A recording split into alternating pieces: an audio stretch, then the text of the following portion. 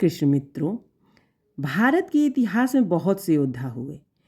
कुछ किताबों में चमके, कुछ किस्सों में जिए, पर एक ऐसा नाम भी है जो इतिहास के पन्नों में कहीं दबा दिया गया, जिसकी तलवार की गूंज हिंदुस्तान की धरती पर आज भी सुनाई देती है। एक ऐसा सेनानी जिसने 40 साल के जीवन में 42 तो युद्ध लड़े और एक भी नहीं हारा। एक ऐसा रणनीतिकार जिसकी युद्ध कला आज अमेरिका की मिलिट्री पढ़ती है। एक ऐसा योद्धा जिसने हिंदुस्तान की सीमाओं को अटक से कटक तक लहराया। आज की इस डॉक्यूमेंट्री में हम बात करेंगे अपराजय वीर पेशवा बाजीराव प्रथम की, उस योद्धा की जिसने इतिहास को नई दिशा दी, लेकिन जिसके बारे में इतिहास ने उतना नहीं लिखा जितना वह हकदार था। अगर मुझे पहुंचने में देर हो गई तो इतिहास लिखेगा कि एक राजपूत ने मदद मांगी और ब्राह्मण भोजन करता रह गया। अगर बाजीराव बल्लाल कम उम्र में ना चल बसते तो ना तो अहमद शाह अब्दाली या नादिर शाह हावी हो पाते और ना ही अंग्रेज और पुर्तगालियों जैसे पश्चिमी ताकतें भारत पर राज कर पाती।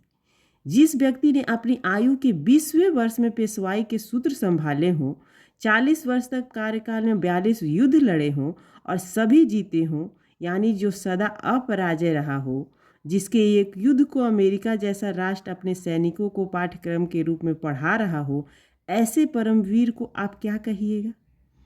आप उसे नाम नहीं दे पाइएगा, क्योंकि आपका उससे परिचय ही नहीं हुआ है।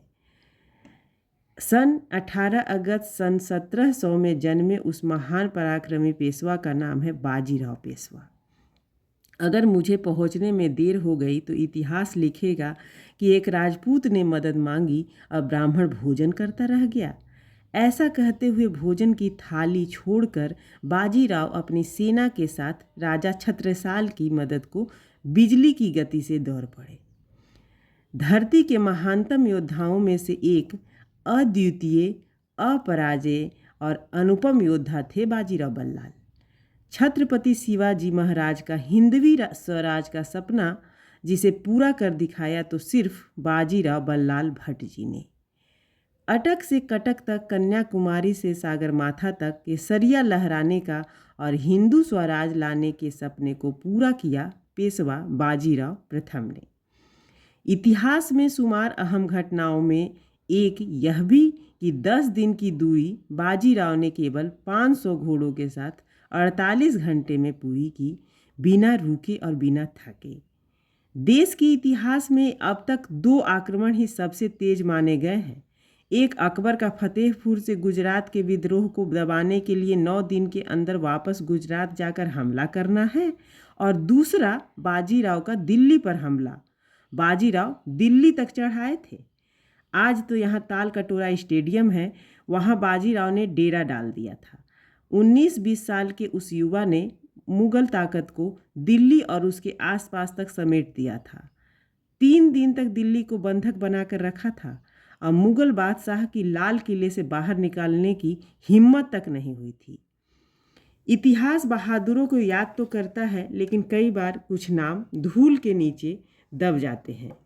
बाजीराव सिर्फ एक योद्धा नहीं थे, वे एक विजेता, एक रणनीतिकार और एक नेता थे जिसने हिंदुस्तान की तस्वीर बदल दी थी। आज जब हम उनकी कहानियाँ को दोहराते हैं तो सिर्फ इतिहास याद नहीं करते, बल्कि अपने उस गौरव को भी जगाते हैं जो कभी इस धरती के हर कोने में गूंजा था।